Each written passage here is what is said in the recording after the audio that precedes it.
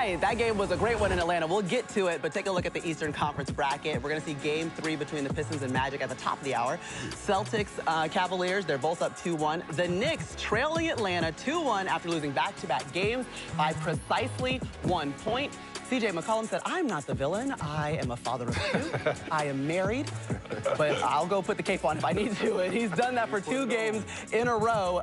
And since we are still talking about the final plays of this game, we thought it would be good to pull out a clicker.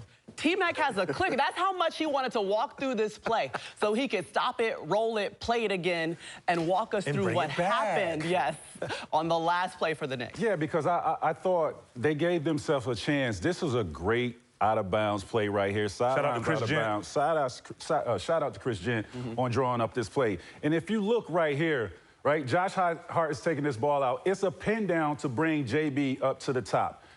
So with Cat, this is what I want you to recognize. Cat is going to be wide open. Watch his man is not paying attention, and Cat is not paying attention. So with Cat have all this space open right here, but Cat is running the play for JB. He's doing what he's supposed to do, right?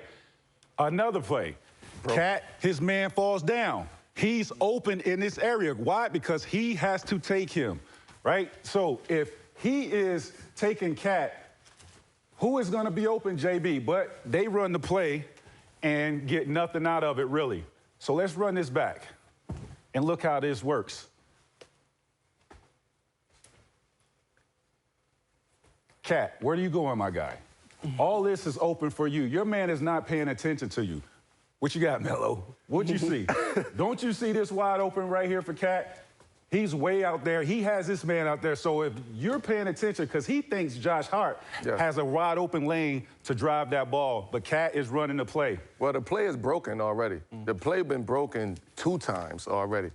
Cat is just trying to finish the play. I'm not mad at him trying to finish the play, but what I will add is that there should be a sense of awareness by Cat. Yes. At least understand where your man is going. You gave Josh Hart the ball back. Your man baited. Your man went to Josh Hart a little bit.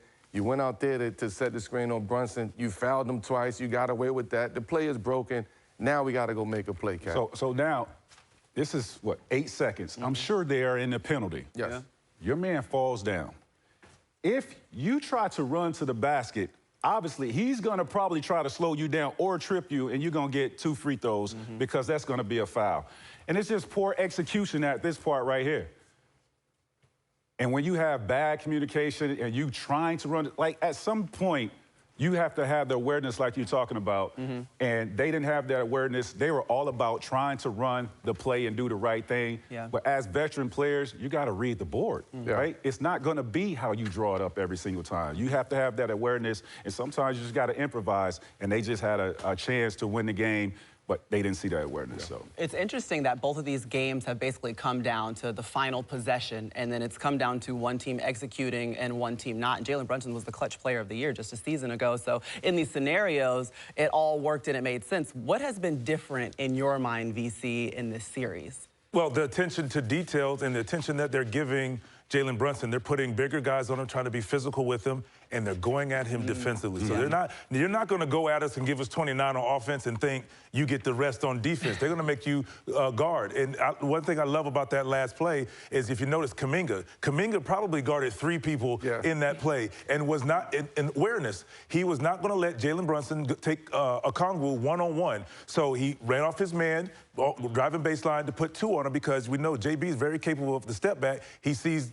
2 guys, he has to get off the ball. But the help side defense in that situation was spot on, created the turnover. On top of that, it's a loose ball. He didn't watch the ball. He ran the ball down to secure the play. That's a championship play. I think that's where Quinn Snyder has been a genius, is really putting, athletic guys out on the basketball court. You got Okongwu, you have Kuminga. These guys are switchable, and they can play JB. They have size, they have length, and speed to be able to stay in front of him, keep him in front, and contest his shots, and he's been struggling with those athletic guys. Can I ask you guys a question? I'm just going to say a name. Mikal Bridges. And what comes to mind? We've already talked. For the first time in his 60 playoff games, he did not score.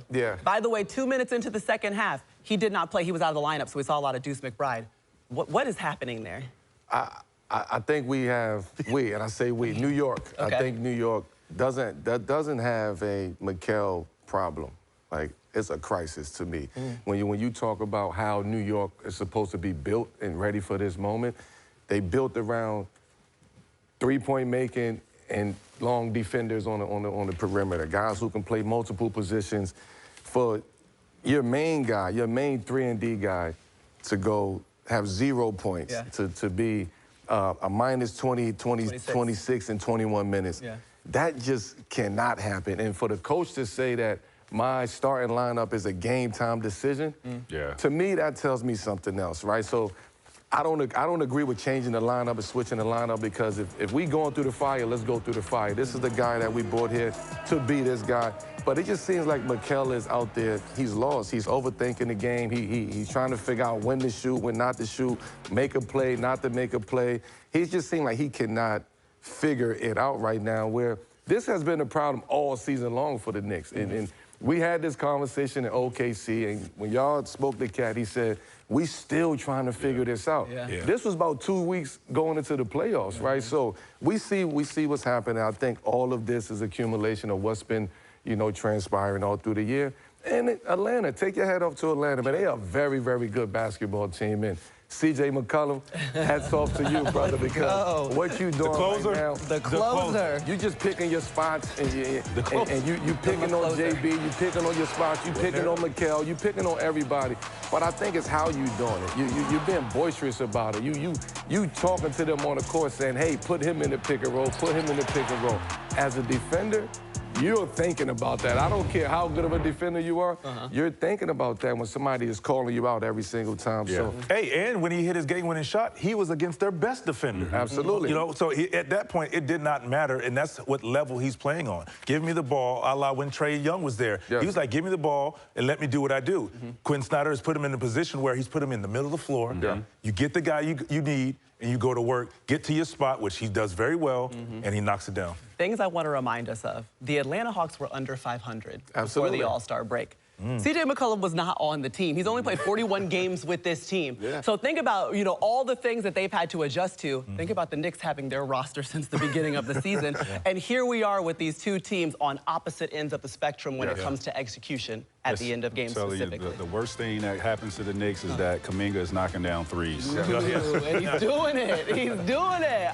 Guess what? That game coming your way. It's the second game of the doubleheader that we have on NBC. T-Mac's putting up his clicker. He's done. He don't want to talk about no more plays today. He done already put it back there behind the graphic.